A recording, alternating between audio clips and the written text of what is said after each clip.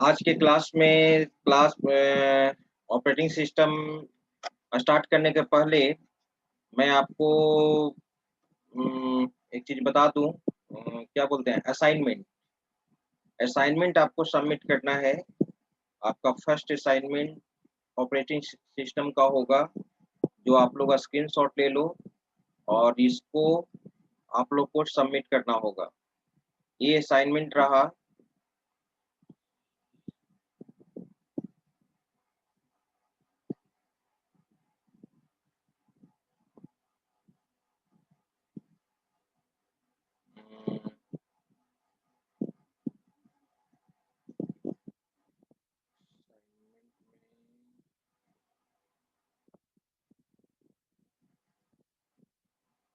Operating system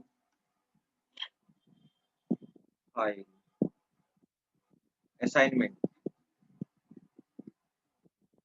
देखो ध्यान दो, ये असाइनमेंट है ऑपरेटिंग सिस्टम का। सबमिशन डेट तुम्हारा और अदर बैच में भी दिया है मैंने, 13 को आपको सबमिट करना है। ठीक है। असाइनमेंट कैसे सबमिट करोगे वो चीज मैं आपको बता रहा हूँ। असाइनमेंट सबमिट आप एक असाइनमेंट का अपना फाइल बनाना, और जब क्लास ऑफलाइन होगा, ठीक है, तो वो है हार्ड कॉपी वो जमा कर देना। लेकिन अभी तुमको क्या है, जो फाइल बनाओगे उसका सॉफ्ट कॉपी पीडीएफ बनाकर मेरे मेल पे आपको क्या करना होगा, सबमिट करना होगा। 13 तक लास्ट डेट है आपका। और ये देखो यहाँ पर, जो भी तुम लिखोगे असाइनमेंट उसका पीडीएफ बनाओगे, और उसका सही से पीडीएफ बनाकर एक फाइल, उस पीडीएफ में नाम होना चाहिए, नेम, बैच, रोल नंबर और आईडी दे देना, जो पीडीएफ का जो नाम होगा, राइट, जो फाइल का जो नाम होगा। और मेल पे भेजना है, यही मेरा मेल है, neerajsingh@cmh.in। इसी मेल पे आपको भेजना है। 5 क्वेश्चन है, देख लो किसी को क्वेश्चन में कोई कंफ्यूजन है तो। वैसे मैं क्वेश्चन समझा देता हूँ। क्वेश्चन 1 है, explain different state of process with the help of state transition diagram. ठीक है। Explain different state of a process with the help of state transition diagram. इसमें प्रोसेस के सभी स्टेट को क्या करना है, एक्सप्लेन करना है। ठीक है। और स्टेट ट्रांजिशन डायग्राम यानी प्रोसेस लाइफ साइकिल को क्या करना है, डिस्क्राइब करना है, जो ट्रांजिशन डायग्राम बनाते हैं ना। ठीक है। सेकंड है, what are CPU scheduler, describe various type of scheduler. Scheduler क्या होता है, कितने तरह का शेड्यूलर होता है, उसको एक्सप्लेन करना है, राइट। थर्ड है, what is the usages of time quantum, what is the usages of time quantum in round robin scheduling. ठीक है। Describe with suitable example. Round robin scheduling algorithm में टाइम क्वांटम किस लिए use करते हैं, आपको already मालूम है टाइम क्वांटम का क्या पर्पस होता है। और उस टाइम क्वांटम को यूज करके राउंड रॉबिन शेड्यूलिंग का एक एग्जांपल लेना है, कोई भी एक छोटा सा एग्जांपल देना, जिसमें कुछ प्रोसेस का क्या निकालोगे, वेटिंग टाइम और टर्न अराउंड टाइम निकालोगे। Question 4, give the 4 major functions of operating system. Operating system का 4 फंक्शन लिखना है, 4 सर्विसेज को लिखना है। 4 सर्विसेज, जो मैं स्टार्टिंग में ही ऑपरेटिंग सिस्टम का सर्विसेज बताया था, फंक्शन याद करो। Operating types of operating system, function of operating system मैंने बताया था ना, process management system, memory management system, file management system, वो चीज आपको लिखना है। क्वेश्चन 5 क्या है, explain the flowing terms. Degree of multi programming, degree of multi programming क्या होता है उसके बारे में लिखना है। थ्रूपुट क्या होता है उसके बारे में लिखना है। टर्न अराउंड टाइम लिखना है। अगर इसमें किसी को कोई कंफ्यूजन है तो मुझे बताएं, हैंड रेज कर सकते हैं। अगर कोई डाउट्स हो कि पूछना चाहते हो तो ये 13 को जमा कर देना है आपको, इवनिंग तक। इवनिंग तक मेरे मेल आईडी पे आ जाना चाहिए, क्योंकि उसके अनुसार मार्किंग होगा आपका। समझ गए सभी लोग। किन्हीं को अगर कुछ इससे रिलेटेड कुछ पॉइंट पूछना है तो आप हैंड रेज कर सकते हैं, अदरवाइज अब हम लोग आगे देखेंगे। इसका स्क्रीनशॉट ले लो, असाइनमेंट का स्क्रीनशॉट ले लो।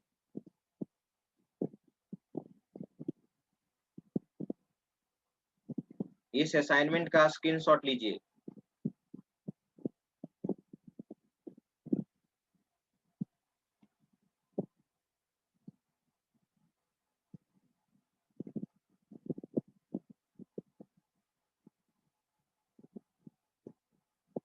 ठीक है,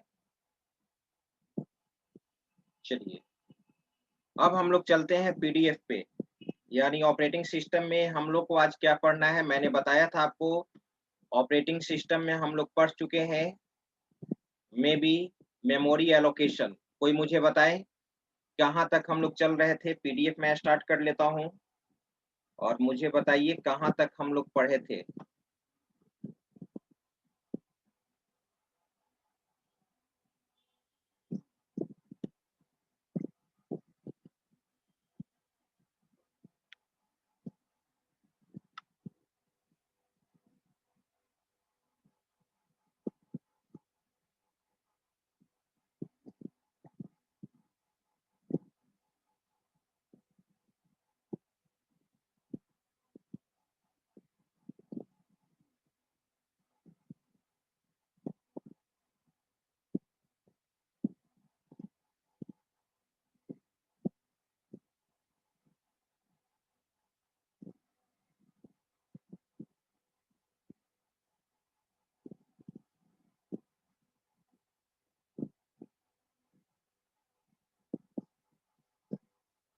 एक मेमोरी एलोकेशन बता दिए थे ना, कोई बताइए। मेमोरी एलोकेशन हो चुका था,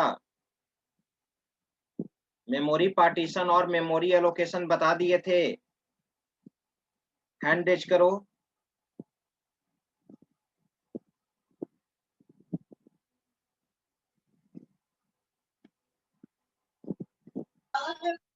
नो बताओ कहाँ तक। नॉन कॉलेजियस एलोकेशन नॉन कंटीजियस तक हो चुका है, सर। ये चीज हो चुका है, राइट। नाम तो आज हम उसके लोग को बाद पढ़ना है फ्रेगमेंटेशन ना। सर ओके, तो ध्यान दीजिए फ्रेगमेंटेशन क्या होता है, ध्यान से सुनिएगा सभी लोग। फ्रेगमेंटेशन ऑपरेटिंग सिस्टम में मेमोरी ऑफ वेस्टेज को रिप्रेजेंट करता है। मैंने पहले हम लोग डिस्कस किए थे, मेमोरी पार्टीशन। दो तरह का मेमोरी पार्टीशन होता है, राइट। एक स्टैटिक पार्टीशन होता है और एक डायनेमिक पार्टीशन होता है। ठीक है, जैसा कि आप जानते हो, स्टैटिक पार्टीशन में हम लोग प्राइमरी मेमोरी को क्या करते हैं, प्राइमरी मेमोरी को मोर देन वन पार्ट में डिवाइड करते हैं। उसमें मोर देन वन स्लॉट बना हुआ रहता है, फिक्स साइज का more than one slot create किया हुआ रहता है। ठीक है, ये आप ऑलरेडी जानते हैं, मैंने बताया था मेमोरी पार्टीशन में। ठीक है, 1 मिनट।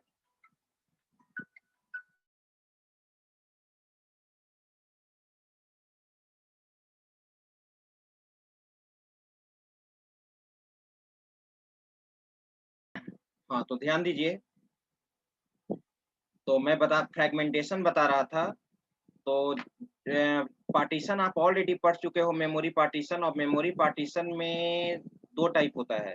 ठीक है, एक स्टैटिक पार्टीशन होता है और एक डायनेमिक पार्टीशन होता है, राइट। स्टैटिक पार्टीशन में जितने भी स्लॉट्स क्रिएट किए जाते हैं उसका साइज क्या होता है, फिक्स्ड होता है। उसका साइज क्या होता है, फिक्स्ड होता है, चाहे वो इक्वल साइज पार्टीशन हो या अनइक्वल साइज पार्टीशन हो। ये क्लियर है कि स्टैटिक पार्टीशन में जितने भी स्लॉट्स क्रिएट किए जाते हैं उस स्लॉट का साइज क्या होता है, फिक्स्ड होता है। ये क्लियर है। वो साइज इक्वल साइज भी हो सकता है, अनइक्वल साइज भी हो सकता है। इसीलिए तो कहते हैं कि स्टैटिक मेमोरी एलोकेशन का दो टाइप हो जाता है, एक इक्वल साइज पार्टीशन और एक अनइक्वल साइज पार्टीशन।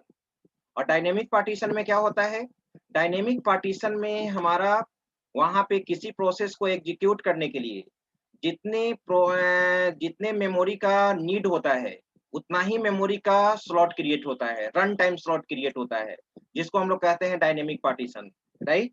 ठीक है, अब अब ये प्रश्न ये उठता है अब ये प्रश्न ये उठता है कि फ्रैगमेंटेशन क्या होता है। फ्रैगमेंटेशन क्या होता है, तो यहाँ पर क्लियर लिखा हुआ है कि the wastage of memory is called fragmentation.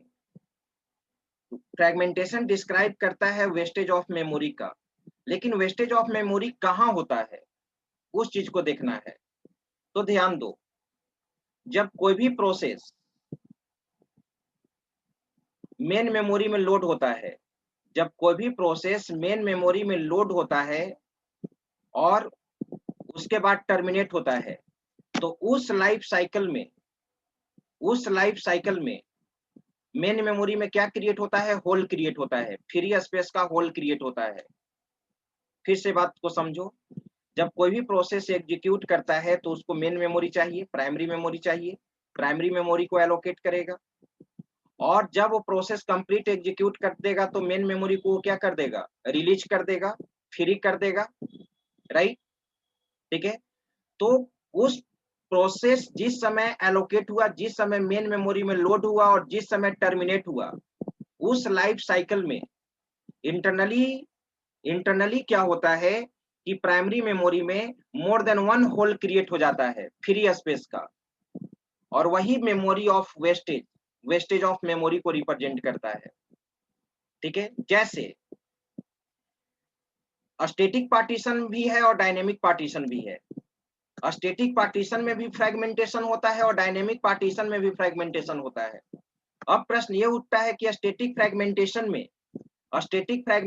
में अब ये प्रश्न ये उठता है कि स्टैटिक पार्टीशन में कब फ्रैगमेंटेशन होगा और डायनेमिक पार्टीशन में कब फ्रैगमेंटेशन होगा। स्टैटिक पार्टीशन में फ्रैगमेंटेशन कब होता है और डायनेमिक में कब होता है। तो फ्रैगमेंटेशन का दो टाइप है, एक इंटरनल फ्रैगमेंटेशन और एक external fragmentation. Fragmentation can be classified into two parts. One part is called internal fragmentation and second part is called external fragmentation. अब इंटरनल फ्रैगमेंटेशन किसको कहते हैं और एक्सटर्नल फ्रैगमेंटेशन किसको कहते हैं, तो मैं बता देना चाहता हूं कि इंटरनल फ्रैगमेंटेशन जो होता है वो तुम्हारा स्टैटिक पार्टीशन में होता है, और एक्सटर्नल फ्रैगमेंटेशन जो होता है वो डायनेमिक पार्टीशन में होता है। अब कैसे हम लोग कहेंगे कि स्टैटिक पार्टीशन, अब हम लोग कैसे कह सकते हैं कि स्टैटिक पार्टीशन में इंटरनल फ्रैगमेंटेशन होता है और डायनेमिक पार्टीशन में एक्सटर्नल फ्रैगमेंटेशन होता है। ठीक है, तो अब इस चीज को देखना है। आइए मैं दिखाता हूं फिगर बनाकर, आसानी से आप समझ जाइएगा। और फ्रैगमेंटेशन, और अगर हमारा फ्रैगमेंटेशन अकर होगा तो हमारे सिस्टम को क्या करेगा, डिग्रेड करेगा, उसका परफॉर्मेंस क्या होगा, डिग्रेड होगा, कंप्यूटर आपका क्या होगा, स्लो होगा। ठीक है, वही चीज लिखा हुआ है फ्रैगमेंटेशन का डिफिनीशन में। The wastage of memory is called fragmentation when a process is terminated then it is removed from main memory. ठीक है, leaving a hole of free memory space. कहने का मतलब कि कोई भी प्रोसेस जब एलोकेट होता है मेन मेमोरी में और उसके बाद जब टर्मिनेट करता है, रिमूव होता है, तो वो क्या करता है, मेमोरी स्पेस को क्या कर देता है, रिलीज कर देता है। उस केस में फ्री होल स्पेस क्रिएट हो जाता है। ठीक है, और वही क्या रिप्रेजेंट करता है, वेस्टेज ऑफ मेमोरी। तो fragmentation degrade the performance of computer system के परफॉर्मेंस को क्या करता है, डिग्रेड करता है। ठीक है, because fragmentation denotes the wastage of memory, ये वेस्टेज ऑफ मेमोरी को क्या करता है, रिप्रेजेंट करता है। There are two types of fragmentation. Fragmentation का दो टाइप होता है, एक एक्सटर्नल फ्रैगमेंटेशन होता है और एक इंटरनल फ्रैगमेंटेशन होता है। तो एक्सटर्नल फ्रैगमेंटेशन किसको कहते हैं और इंटरनल फ्रैगमेंटेशन किसको कहते हैं। सबसे पहले मैं इंटरनल फ्रैगमेंटेशन समझा रहा हूं। देखो यहाँ पे सबसे पहले मैं आपको क्या समझा रहा हूं, internal fragmentation. Internal fragmentation static partition में होता है, याद रखना। और तुम जानते हो कि स्टैटिक पार्टीशन में साइज क्या होता है, फिक्स्ड होता है। पढ़ो यहाँ पे, the memory that is wasted within a partition slot due to difference in the size of the partition and the size of the process is called internal fragmentation। तुम जानते हो कि प्राइमरी मेमोरी में जितने भी slots हैं उसका size क्या होता है, फिक्स्ड होता है, राइट। और किसी प्रोसेस को एग्जीक्यूट करने के लिए जो मेमोरी स्पेस चाहिए, ठीक है, उस मेमोरी स्पेस का साइज और पार्टीशन का साइज अगर डिफरेंस होता है, मान लो कि किसी प्रोसेस ए को एग्जीक्यूट करने के लिए 10 केबी चाहिए, राइट, और स्लॉट का साइज 12 केबी है, तो वो क्लियर है कि जब वो 12 केबी वाले ब्लॉक में जाएगा और उसको कितना चाहिए था 10 केबी, और 12 केबी वाला में जाएगा तो वहां 2 केबी का मेमोरी का वेस्टेज होगा ना। अगर प्राइमरी मेमोरी में एक स्लॉट का साइज क्या है 12 केबी और न्यू प्रोसेस को एग्जीक्यूट कराना है उसके लिए कितना चाहिए 10 केबी चाहिए। जब वो प्रोसेस उस स्लॉट में जाएगा तो 2 केबी का फ्री स्पेस क्रिएट करेगा उसी स्लॉट के अंदर, उसी स्लॉट के अंदर ना क्रिएट करेगा 2 केबी का, तो वो तुम्हारा क्या कहलाएगा इंटरनल स्लॉट है, तो वही क्या कहलाता है इंटरनल फ्रेगमेंटेशन कहलाता है। जैसे एग्जांपल से समझने का कोशिश करो,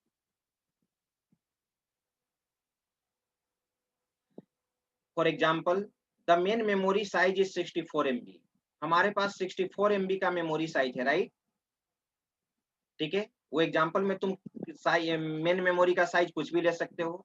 the main memory is divided into 8 equal blocks of 8 MB, तुम तो जानते हो ना कि स्टैटिक पार्टीशन में साइज स्लॉट का इक्वल भी हो सकता है अनइक्वल भी हो सकता है, मैंने पहले भी बताया है, इक्वल और अनइक्वल दो तरह का स्टैटिक पार्टीशन होता है, तुम इक्वल ले लो या अनइक्वल ले लो कोई फर्क नहीं पड़ेगा। यहाँ मैंने इक्वल लिया। There are 3 process that needs 5 MB, 5 MB चाहिए, एक का क्या चाहिए 8 MB और एक का क्या है 6 MB मेमोरी स्पेस रेस्पेक्टिवली, ठीक है, 3 प्रोसेस है, तीनों प्रोसेस के लिए तुमको 5 MB चाहिए, 8 MB चाहिए, 6 MB चाहिए। In this case the remaining memory space for allocated process in partition called wastage of memory. समझो यहाँ पर ये फिगर बनाया हुआ है, प्रोसेस ए को एग्जीक्यूट करने के लिए कितना चाहिए, देखो यहाँ एग्जांपल में प्रोसेस ए को एग्जीक्यूट करने के लिए 5 MB चाहिए, प्रोसेस बी को कितना चाहिए 8 MB चाहिए, प्रोसेस सी को कितना चाहिए 6 MB चाहिए। तो प्रोसेस ए जब 8 MB वाला में आएगा तो कितना यूज करेगा केवल 5 MB, 3 MB का मेमोरी का यहाँ पर वेस्टेज हो गया ना। ये देखो तो ये जो फ्री स्पेस का स्लॉट जो क्रिएट हो रहा है 3 MB का, वो क्या है, अब इसमें तो कोई नया प्रोसेस लोड नहीं होगा, ऑलरेडी प्रोसेस ए इसमें एग्जीक्यूट कर रहा है। फिर देखो प्रोसेस बी के लिए कितना चाहिए, प्रोसेस बी के लिए तुमको 8 MB चाहिए, प्रोसेस बी के लिए क्या चाहिए 8 MB चाहिए, तो 8 MB चलो तो इसमें तो प्रोसेस बी कंप्लीट एलोकेट हो चुका क्योंकि 8 MB का स्लॉट था और 8 MB इसको चाहिए ही। क्लियर है। अब यहाँ पे आ जाओ प्रोसेस सी, प्रोसेस सी, प्रोसेस सी के लिए कितना चाहिए तुमको, प्रोसेस सी के लिए 6 MB चाहिए और 8 MB है, तो 2 MB यहाँ पर भी क्या होगा मेमोरी का वेस्टेज हुआ।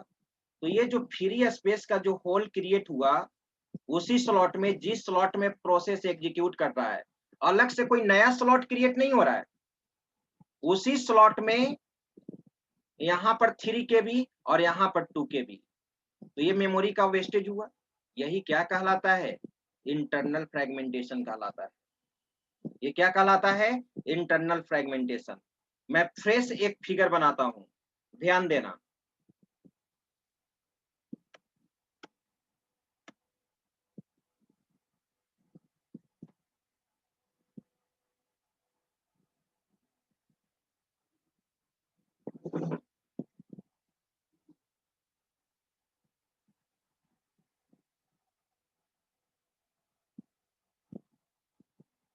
मैंने नोटेशन लिया और ये तुम्हारा फ्रेगमेंटेशन।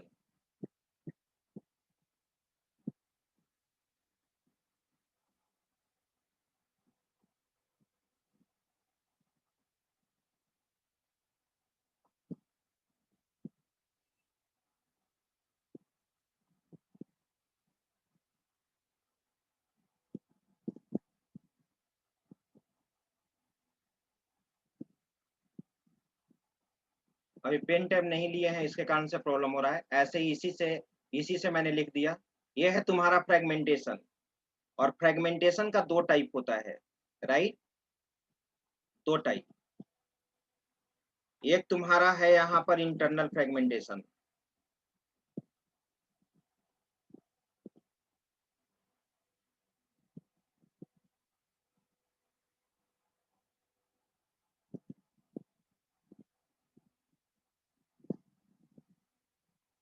एक क्या है इंटरनल फ्रेगमेंटेशन, और दूसरा क्या है तुम्हारा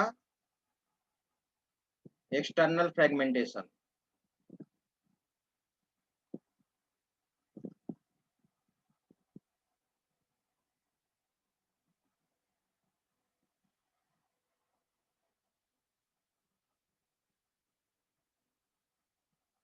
एक्सटर्नल फ्रेगमेंटेशन, राइट। और मैंने पहले ही बता दिया कि इंटरनल फ्रेगमेंटेशन किस में होता है, स्टैटिक पार्टीशन में।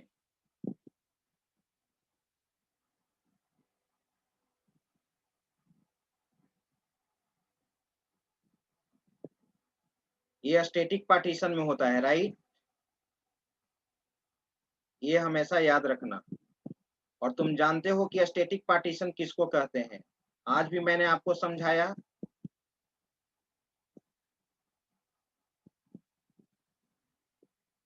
ये स्टैटिक पार्टीशन हुआ,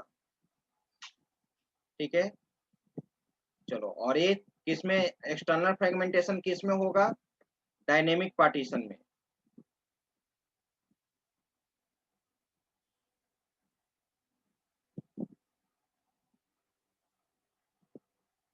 डायनेमिक पार्टीशन में, क्लियर।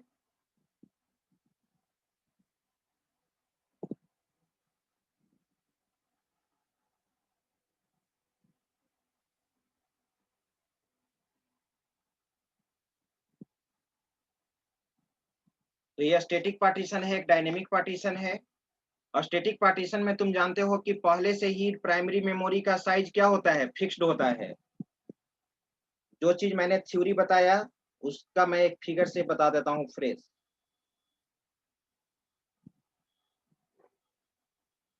ठीक है। इसमें जो भी स्लॉट होगा फिक्स्ड होगा,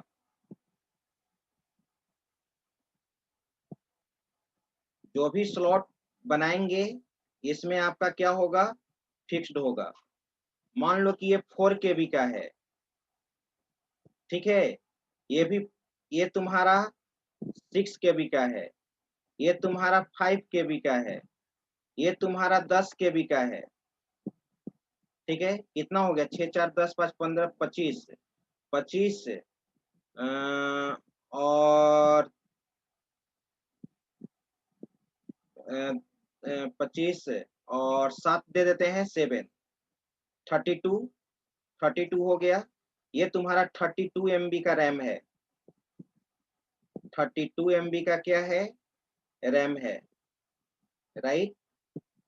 और ये पार्टीशन नंबर है 0 पार्टीशन, 1 पार्टीशन, 2 पार्टीशन, 3 पार्टीशन, ये पार्टीशन नंबर हो गया। मान लो कि फर्स्ट पार्टीशन सबसे पहले ऑपरेटिंग सिस्टम मेन मेमोरी में लोड होता है, तो मान लो कि सबसे पहले क्या है, ओएस है। और स्टैटिक पार्टीशन में पहले से ही नंबर ऑफ पार्टीशन किया हुआ रहता है रैम। और 3 प्रोसेस आ गया तुम्हारे पास, एक P1 है, एक P2 है, एक P3 है, राइट। P1 के लिए तुमको चाहिए 5 5 KB, 5 KB चाहिए। और P2 के लिए तुमको चाहिए, ठीक है, 3 KB ना। और P3 के लिए तुमको चाहिए 8 KB। अब ये पहले से ही ऑलरेडी स्लॉट बना हुआ है। P1 को मान लो कि तुम स्लॉट नंबर 1 में एलोकेट किया, P1 एलोकेट हुआ, तो P1 के लिए कितना चाहिए तुमको, 5 KB। और इस कितने केबी का ये स्लॉट है, कितने केबी का ये स्लॉट है, 6 KB का। तो 1 KB तुम्हारा वेस्टेज चला गया, इसी स्लॉट में 1 KB तुम्हारा क्या चला गया, वेस्टेज। ये वेस्टेज हो गया, 1 KB उसी स्लॉट में है ना इंटरनल, ये 1 KB, ठीक है। और तो 6 माइनस 5, तो यहाँ पर क्या बचा, 1 KB का स्लॉट क्रिएट हुआ इसमें, फ्री स्पेस। अब चलो P2 इसमें एलोकेट हुआ, मान लो P2 इसमें एलोकेट हुआ, तो इसमें P2 के लिए कितना 3, और ये 5 KB का स्लॉट है, तो इसमें भी तो 2, यहाँ पर 2 KB का इसमें भी इंटरनल स्लॉट, यहाँ पर भी मेमोरी का वेस्टेज हो गया, यहाँ पर भी मेमोरी का वेस्टेज हो गया, तो 5 माइनस 3 यानी क्या हुआ, 2 हुआ, राइट। अब P3 एलोकेट हुआ इसमें, तो जब P3 एलोकेट हुआ इसमें कितना चाहिए, 8, तो इसमें भी तो 2 KB का स्लॉट क्रिएट हुआ इंटरनल उसी स्लॉट में। एक्सटर्नल स्लॉट कहने का मतलब क्या होता है, एक्सटर्नल फ्रेगमेंटेशन में सेपरेट स्लॉट क्रिएट होता है, मैं उस पर बताऊंगा, ठीक है। तो यहाँ 10 माइनस क्या हुआ, 8 हुआ, तो यहाँ पर भी कितना मेमोरी वेस्टेज हुआ, 2 हुआ, तो ये जो देख रहे हो टोटल कितना हो गया, 5 KB का मेमोरी का वेस्टेज हो गया, 5 KB, और यही तुम्हारा क्या कहलाएगा, इंटरनल फ्रेगमेंटेशन, यही तुम्हारा कहलाएगा इंटरनल फ्रेगमेंटेशन, और यही तुम्हारा है वेस्टेज ऑफ मेमोरी।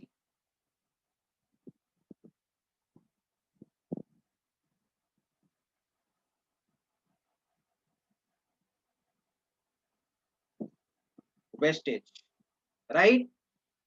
और एक्सटर्नल फ्रेगमेंटेशन में क्या होता है, डायनेमिक पार्टीशन, और तुम जानते हो कि डायनेमिक पार्टीशन में क्या होगा, डायनेमिक पार्टीशन में पहले से स्लॉट क्रिएट नहीं होता है, पहले से स्लॉट क्रिएट नहीं होता है, जितना किसी प्रोसेस को एग्जीक्यूट करने के लिए जितने स्लॉट का, जितने स्पेस का जरूरत होता है उतना ही स्लॉट का केबी मेमोरी स्पेस क्रिएट होता है। हाँ बोलो, स्लॉट ओके, क्या 4 स्लॉट है, क्या तो बोल रहे हो, स्टैटिक पार्ट में सर ओनली स्लॉट ही रहेगा 1 P। तुम्हारा आवाज क्लियर नहीं आ रहा है। सर बोर्ड स्लॉट ही रह जाए, हाँ ये स्लॉट फ्री रह जाएगा, 4 वाला क्या रह जाएगा, फ्री रह जाएगा, वेरी गुड, यही ना बोल रहे हो, फ्री, यस ये स्लॉट फ्री रह जाएगा, ठीक है। इसी तरह से मोर देन 1 स्लॉट रहेगा। और तुम जानते ओके हो डायनेमिक पार्टीशन में क्या होता है, डायनेमिक पार्टीशन में किसी भी प्रोसेस को एग्जीक्यूट करने के लिए, ठीक है, अकॉर्डिंग टू रिक्वायरमेंट, जो प्रोसेस का नीड है उसके अनुसार आपका ये क्रिएट होता है स्लॉट। मान लो कि 8 KB का स्लॉट क्रिएट हुआ है ऑपरेटिंग सिस्टम के लिए, राइट, 8 KB का स्लॉट, 8 KB का स्लॉट क्रिएट हुआ है ओएस के लिए। अब हमारे पास 3 प्रोसेस आया, इसी प्रोसेस को एग्जीक्यूट कराना है, अब यहाँ पर इसी प्रोसेस को तुमको यहाँ पर एग्जीक्यूट कराना है, तीनों प्रोसेस को, ओके तीनों प्रोसेस को एग्जीक्यूट कराना है। अब यहाँ P1 के लिए 5 KB चाहिए, तो 5 KB का ही स्लॉट क्रिएट होगा, P1 यहाँ पर एग्जीक्यूट किया, 5 KB का ही स्लॉट होगा। फिर P2 के लिए 3 चाहिए, तो P2 भी एग्जीक्यूट करेगा, इसके लिए भी 3 होगा। अब P3 यहाँ पर है, तो P3 के लिए भी, यानी जितना नीड है उतना ही। तो अब तुम कहोगे कि सर यहाँ पर कहाँ मेमोरी का वेस्टेज हो रहा है, यहाँ पर तो मेमोरी का वेस्टेज नहीं हो रहा है, तब यहाँ पे कैसे एक्सटर्नल फ्रेगमेंटेशन होगा। अब मैं बता रहा हूं, तुम जानते हो कि प्रोसेस जब टर्मिनेट करेगा तो मेमोरी को रिलीज कर देगा ना, मेमोरी को क्या कर देगा, रिलीज कर देगा। मान लो कि सबसे पहले P2 तुम्हारा रिलीज होगा। P2 एक और प्रोसेस को मैं एग्जीक्यूट करा रहा हूं, P4 को भी, और इसका मान लो कि 4 के भी है। अब मैं क्या करता हूं कि P4 का एग्जीक्यूशन कंप्लीट हो चुका और P2 का भी कंप्लीट हो चुका। तो तुम ही बताओ जितना मेमोरी यूज किए हुए था वो मेमोरी रिलीज करेगा ना। तो P2 भी खाली हो चुका और P4 भी खाली हो चुका। तो अब ये तो स्लॉट क्रिएट किया हुआ है, रैम में तो स्लॉट क्रिएट हुआ है P2 और P4 के लिए। तो अब इसको क्या करना होगा, कॉम्पैक्शन मेथड के द्वारा, डिफ्रैगमेंटेशन के द्वारा जो फ्री स्पेस क्रिएट हुआ है, प्रोसेस को टर्मिनेट होने के बाद जो फ्री स्पेस क्रिएट हुआ है वो मेमोरी, वेस्टेज ऑफ मेमोरी को रिप्रेजेंट करता है। इस प्रोसेस को एक जगह करने के लिए, इस फ्री स्पेस को एक जगह करने के लिए हम लोग आगे पढ़ेंगे डिफ्रैगमेंटेशन, जिसको कॉम्पैक्शन कहते हैं। तो ये जो तुम्हारा यहाँ पर स्पेस प्रोसेस को टर्मिनेट होने के बाद ये 4 KB और 3 KB जो बचा, यानी 7 KB, ये तुम्हारा एक्सटर्नल फ्रेगमेंटेशन हुआ, राइट। क्या हुआ, एक्सटर्नल फ्रेगमेंटेशन हुआ। यही है तुम्हारा एक्सटर्नल फ्रेगमेंटेशन जो डायनेमिक पार्टीशन में होता है। यानी प्रोसेस को रिलीज होने के बाद जो स्लॉट फ्री हुआ वही तुम्हारा क्या कहलाएगा, एक्सटर्नल फ्रेगमेंटेशन। टाइम नहीं है, स्क्रीनशॉट लो, इस डायग्राम का स्क्रीनशॉट लो।